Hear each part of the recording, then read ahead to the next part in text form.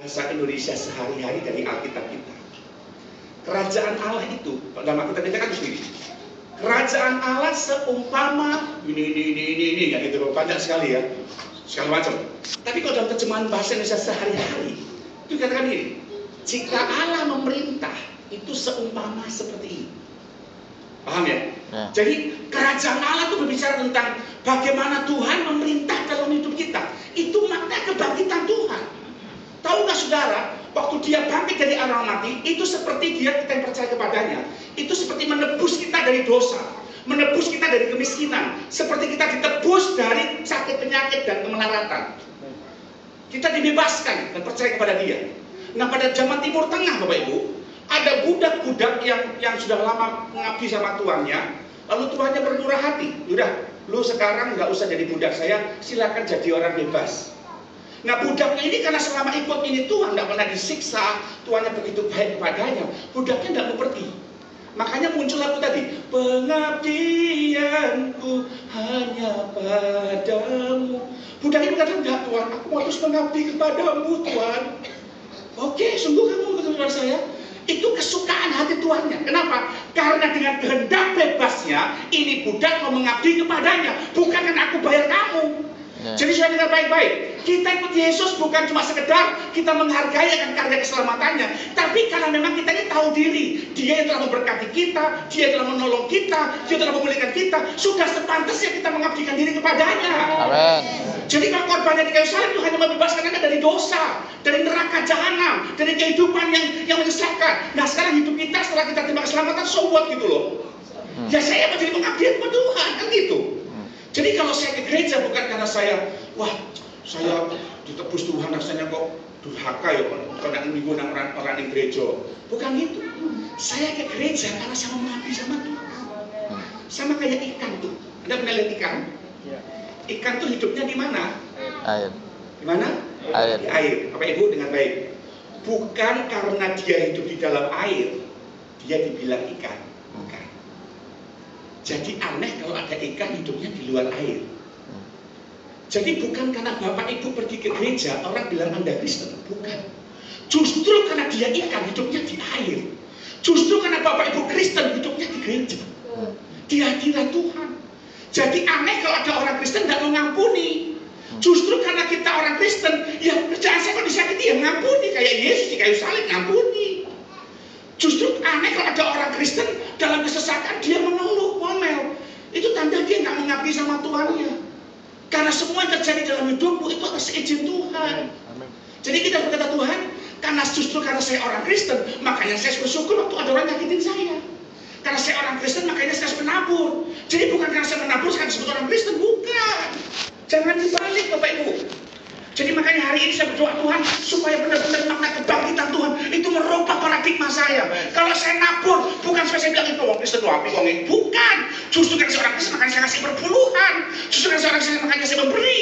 Justru karena seorang Kristen makanya saya berdoa, saya puasa. Karena saya mengasihi Tuhan, saya mengabdi sama Tuhan. Jadi bukan karena paksaan. Jadi saya bilang hari Jumat puasa. Siapa yang nggak puasa nggak diberkati Tuhan.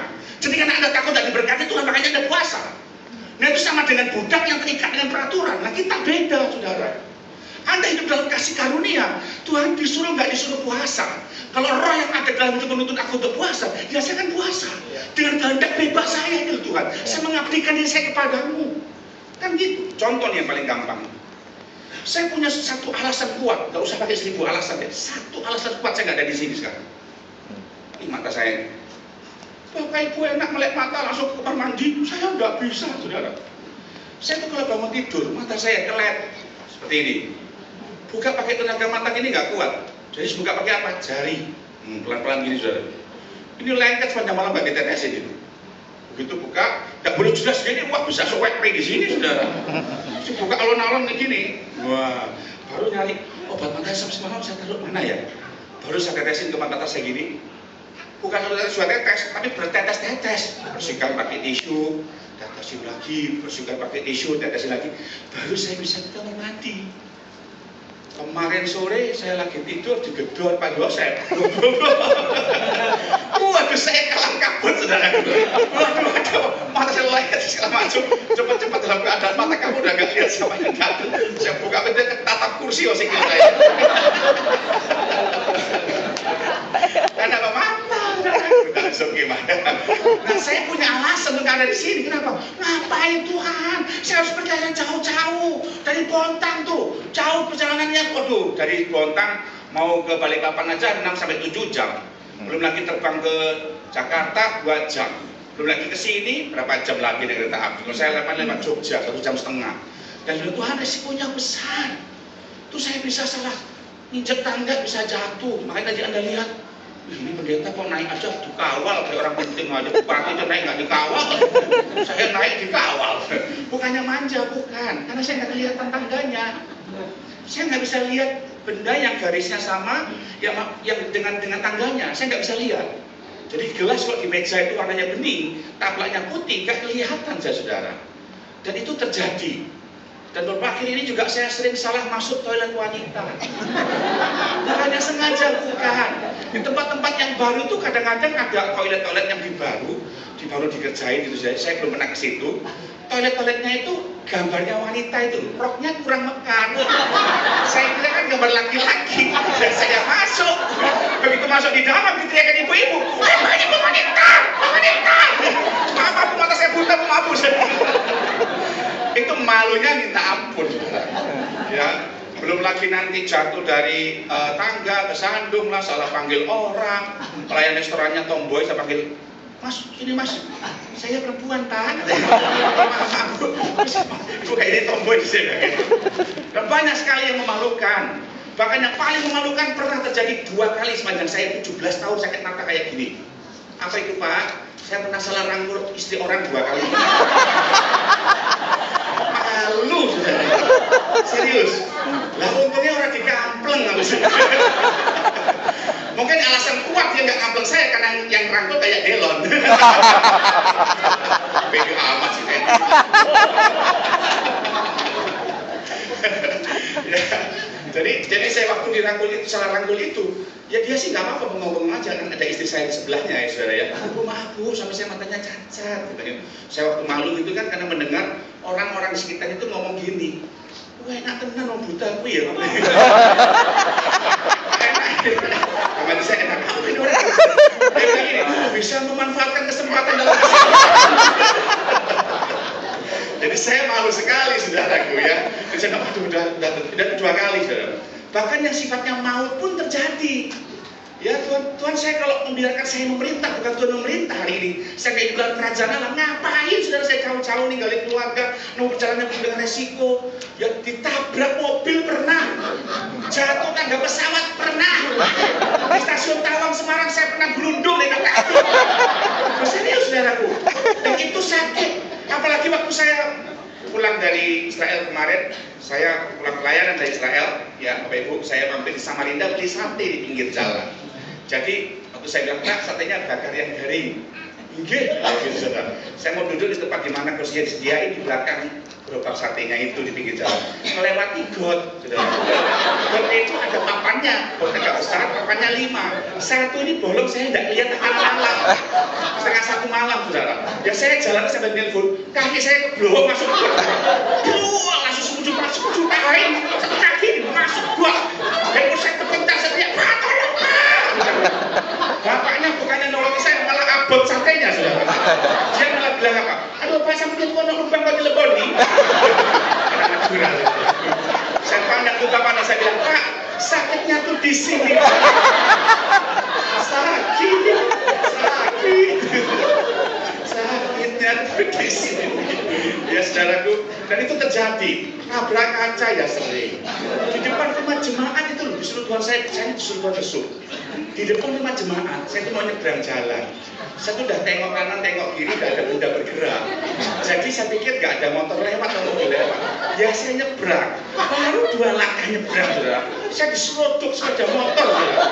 Sampai terpental 5 meter, rusuk saya sakit di sini. 2 minggu saya nggak bisa gerak, loh. Saya bilang sama Tuhan, Tuhan, engkau memerintahkan saya untuk diberkati apa untuk dicelakain sih? Sampai kadang kayak gini. Dan saya bilang, Tuhan, aku mau tetap taat kepadamu Tuhan. Dan itu yang seringkali terjadi. Nah, kadang-kadang ini kita nggak pernah ngerti Bapak Ibu ya. Kadang-kadang nih, waktu Tuhan memerintah dalam hidup kita, sepertinya kita dibawa Tuhan kepada pencetan itu. Anda mau nggak mau, Anda sepertinya dipencet itu, saudara. Dan kalau gelas itu bisa ngomong, dia kan bilang, aduh sakit, jangan dipencet Pak, sakit. Itu bicara apa? Proses. Sekali lagi, saya bilang proses. Karena nggak jamin kau ikut Tuhan, pemerintahannya itu bisa terbukti ada dalam hidup kita. Kalau kita nggak dibawa dalam proses, kalau hidupmu semua diberkati langsung doa sakit langsung diberkati, yo, penak kenapa yo? Dan masalahnya sekarang kan, dari mana saya tahu kata Tuhan, kalau saya memerintah dalam hidupmu, ya Tuhan izinkan ada orang nampar saudara, orang nyakitin kita, itu proses tuh. Dan Tuhan bilang, kalau tampar pipi kanan, berikan pipi kirimu loh. Bukan nyong, bukan gitu, bukan. Tapi bagaimana Anda tidak kalah jahat dengan jahat? Loh, saudara pikir tidak ada orang Kristen di gereja yang tidak kepahitan? Ya. Kok ngaku ya? Dan celakanya gini, ini selama saya jadi gembala, saya dari tahun 2004 nah sekarang. Saya jadi hamba Tuhan di tahun 91. Saya temukan gini, terkadang kita, terbanyak dari kita, waktu kita sakit hati sama, contoh nih ya, contoh aja nih Mas ya, sakit hati sama yang Mas Mai ini, baju hijau nih. Mas tombak tuh. Mas ya, agak lihat. Saya sakit hati sama yang Ambon. Wah, tahu nggak bedanya orang Ambon sama orang Jawa? Suaranya orang Ambon sama Batak itu pasti bagus, pasti ada suara bagus. Karena dari lahirnya beda. Kalau kita kan kalau lahir kan, kalau mereka nggak kayak gitu juga nggak bedanya. Ada nadanya lagunya. Nadanya gini.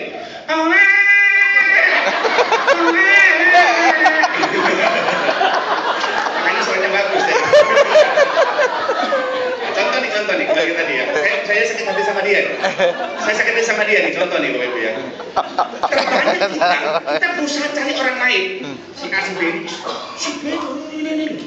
Kita ajak dia untuk sama-sama dengan saya memusuhi dia.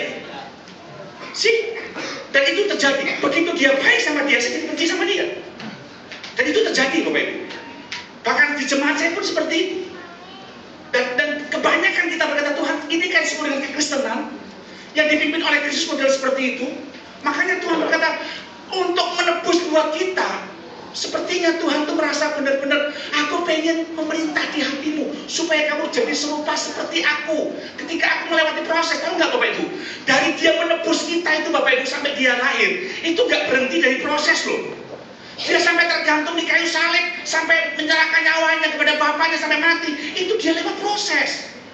Terbayang nggak ketika Yesus pernah ditawari jalan pintas? Waktu Yesus telah berpuasa, Alkitab berkata, lalu Roh membawa dia untuk dicobai. Jadi ingat baik-baik, Roh membawa Yesus untuk dicobai. Jadi jangan salah di sini Bapak Ibu, kalau habis puasa, Roh membawa Anda untuk dicobai. Anda dibawa oleh Roh Kudus untuk masuk dalam penderitaan, masuk dalam proses. Yesus digituin soalnya.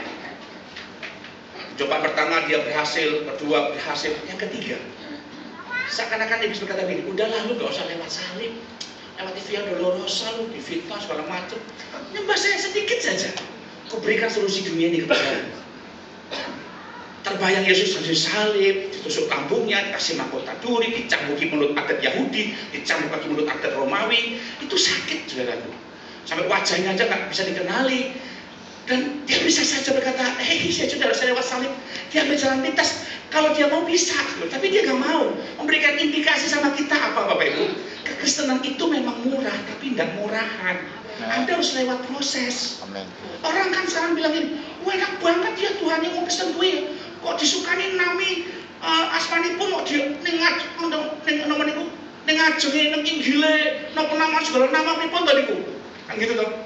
Karena Tuhan memang namanya dan segala nama itu hadiahnya Yesus. Orang kan tidak pernah tahu bagaimana dia menderita.